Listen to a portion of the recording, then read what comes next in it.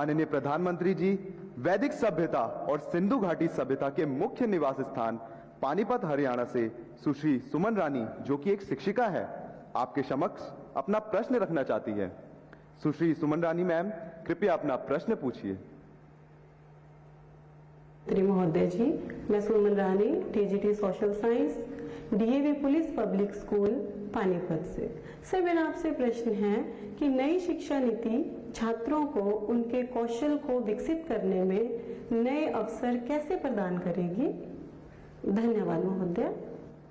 धन्यवाद मैम। मान्यवर, पूर्व के स्कॉटलैंड नाम से प्रसिद्ध मेघालय के ईस्ट खासी हिल्स की कक्षा 9वीं की छात्रा शीला वैष्णव भी आपसे इसी विषय पर प्रश्न पूछना चाहती है। शीला, कृपया अपना प्रश्न रखें। Good morning, sir. I am Sheila Vaishnav of Jawahar Navodaya Vidyalaya, Maflang, East Khasi Hills, Meghalaya, studying in class 9th. My question to Honorable Prime Minister is how provisions of National Education Policy will empower students' lives in particular and society in general and pave way for Naya Bharat. Thank you, sir. Thank you Sheela. श्रद्धेय प्रधानमंत्री जी, नई शिक्षा नीति को ध्यान में रखते हुए इस तरह के कई और भी सवाल देश भर से प्राप्त हुए हैं, जिनमें विद्यार्थियों ने यह अभिव्यक्त किया है कि हमारी रुचि कुछ और होती है, हम विषय कोई और पढ़ रहे होते हैं। ऐसी स्थिति में क्या करें? कृपया मार्गदर्शन कर कृतार्थ करें। जरा गंभीर प्रकार का सवाल पूछा है और इतने कम समय में उसका पूरा विस्तार से जवाब देना भी कठिन है। पहली बात तो है, ये न्यू एजुकेशन पॉलिसी के बजाय हम ये कहें ये नेशनल एजुकेशन पॉलिसी है, एनईपी।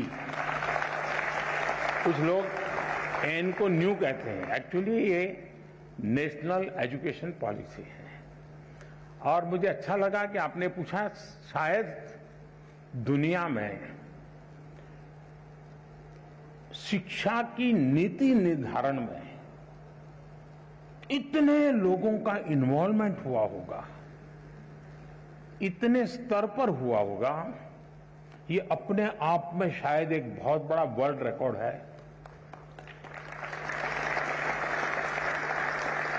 2014 से जब मुझसे इस कार्य के लिए आप सबने पसंद किया, तो शुरुआत से इस काम पर हम लगे थे। करीब 6-7 साल तक बहुत ब्रेनस्टॉर्मिंग हुआ, हर स्तर पर हुआ।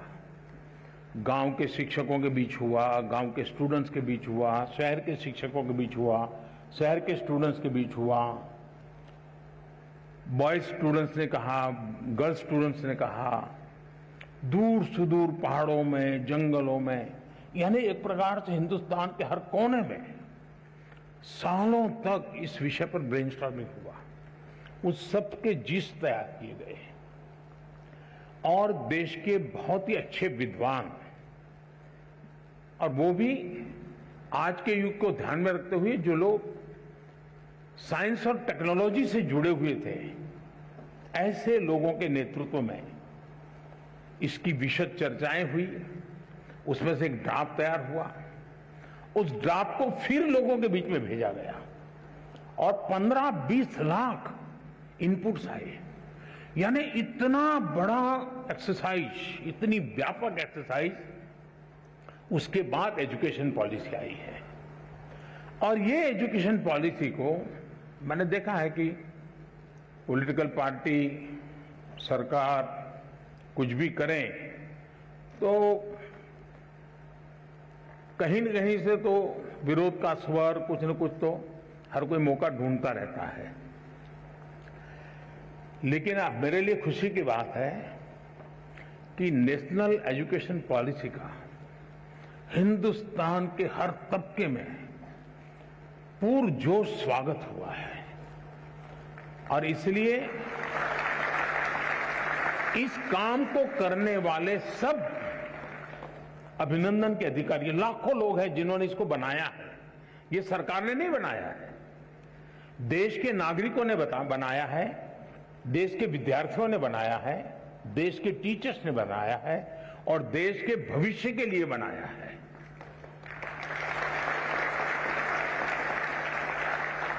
अब एक छोटा सा विषय, पहले हमारे यहां खेलकूद एक एक्स्ट्रा एक्टिविटी माना जाता था। आपको जो 5वीं, 6ठी, 7वीं में पढ़े होंगे उनको पता होगा। अब इस नेशनल एजुकेशन पॉलिसी में वो शिक्षा का हिस्सा बना दिया गया है।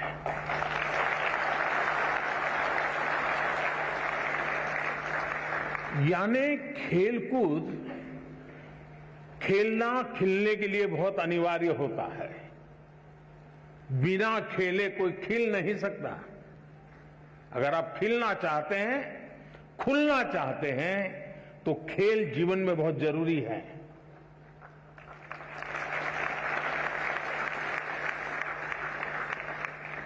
टीम स्पिरिट आता है, साहस आता है,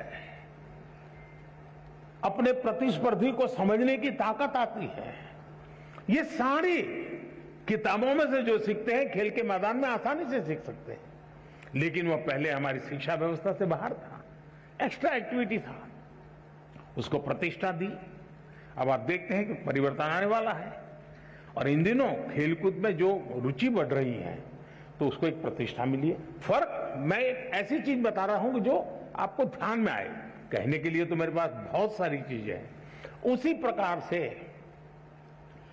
क्या हम 20वीं सदी की नीतियों को लेकर के 21वीं सदी का निर्माण कर सकते हैं क्या?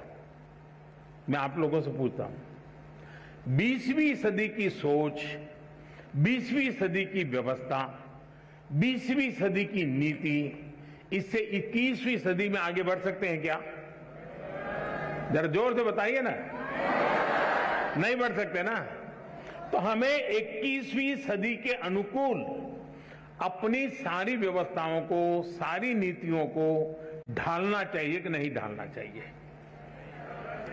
अगर हम अपने आप को इवॉल्व नहीं करेंगे तो हम ठहर जाएंगे, और ठहर जाएंगे ऐसा नहीं, हम पिछड़ जाएंगे। और इसलिए भी वैसे बीच में समय जितना जाना चाहिए था उससे ज्यादा चला गया, उससे देश का नुकसान हुआ है।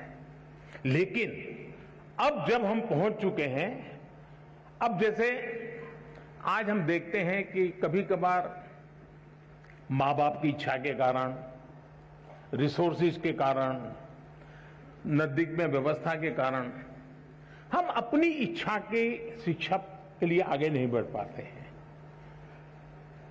और सब प्रेशर के कारण और प्रतिष्ठा के कारण एक ढर्रे पर चले गए। हाँ, नहीं डॉक्टर बनना है, लेकिन हमारा जो इंस्टिंक्ट है कुछ और है।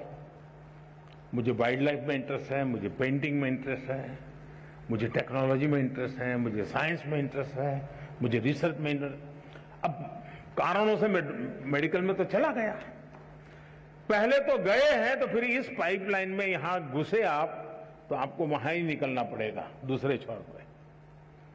अब हमने कह दिया ऐसा जरूरी नहीं है कि आप प्रवेश कर लिया, लेकिन 1 साल 2 साल के बाद लगा कि नहीं भाई मेरा रास्ता ये नहीं है, मेरा तो मिजाज वो है, मैं वहां जाना चाहता हूं।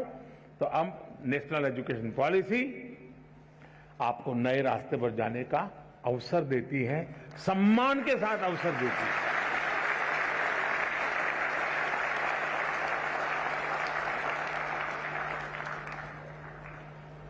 आज हम जानते हैं पूरी दुनिया में स्किल का महात्म्य बहुत बढ़ गया है। सिर्फ शिक्षा, सिर्फ ज्ञान का भंडार ये इनफ नहीं है, हुनर भी होना चाहिए, स्किल होनी चाहिए। अब इसको हमने सिलेबस का हिस्सा बनाया है ताकि उसका पूर्ण विकास के लिए उसको खुद को अवसर मिल जाए। खुशी हुई, मैं अभी एक प्रदर्शनी देख के आया। नेशनल एजुकेशन पॉलिसी का क्या रिफ्लेक्शन होता है वो छोटे से रूप में आज शिक्षा विभाग के लोगों ने रखा था। मैं शिक्षा विभाग को बधाई देता हूं, यानी बहुत ही प्रभावित था। आनंद आता था कि हमारे 8वीं 10वीं कक्षा के बच्चे 3D प्रिंटर बना रहे हैं। आनंद आ रहा है कि हमारे 8वीं 10वीं कक्षा के बच्चे वैदिक मैथमेटिक्स का ऐप चला रहे हैं और दुनिया भर के स्टूडेंट उनसे सीख रहे हैं। नंदिता और निवेदिता 2 बहनें में जो मिली, मैं बहुत ही सरप्राइज था। हमारे यहां तो इन चीजों को बुरा माना जाने वाला एक वर्ग होता है, लेकिन उन्होंने दुनिया भर में अपने स्टूडेंट खोज लिए हैं। वे खुद स्टूडेंट रहे लेकिन गुरु बन गए। अब देखिए, उन्होंने टेक्नोलॉजी का भरपूर उपयोग किया है। टेक्नोलॉजी से वो डरे नहीं है, टेक्नोलॉजी का उपयोग किया है। उसी प्रकार से मैंने देखा कुछ स्कल्पचर्स बनाए हुए हैं, कुछ अच्छे पेंटिंग बनाए, और इतना ही नहीं, उसमें विजन था। ऐसे ही करने के लिए नहीं किया गया, मैं उस विजन को अनुभव करता था। इसका मतलब हुआ कि नेशनल एजुकेशन पॉलिसी व्यक्तित्व के विकास के लिए बहुत सारे अवसर दे रही है। और इस अर्थ में मैं कहूंगा कि हम जितनी बारीकी से नेशनल एजुकेशन पॉलिसी को समझेंगे और प्रत्यक्ष में उसको धरती पर उतारेंगे, आप देखिए मल्टीपल बेनिफिट्स आपके सामने होंगे। तो मेरी देश भर के टीचर्स को, देश भर के शिक्षाविदों से, देश भर के स्कूल से मेरा आग्रह है कि आप इसकी बारीकियों को जमीन पर उतारने के नए नए तरीके डेवलप कीजिए, और जितने ज्यादा तरीके होंगे उतने ही ज्यादा अवसर प्राप्त होंगे। मेरी शुभकामनाएं हैं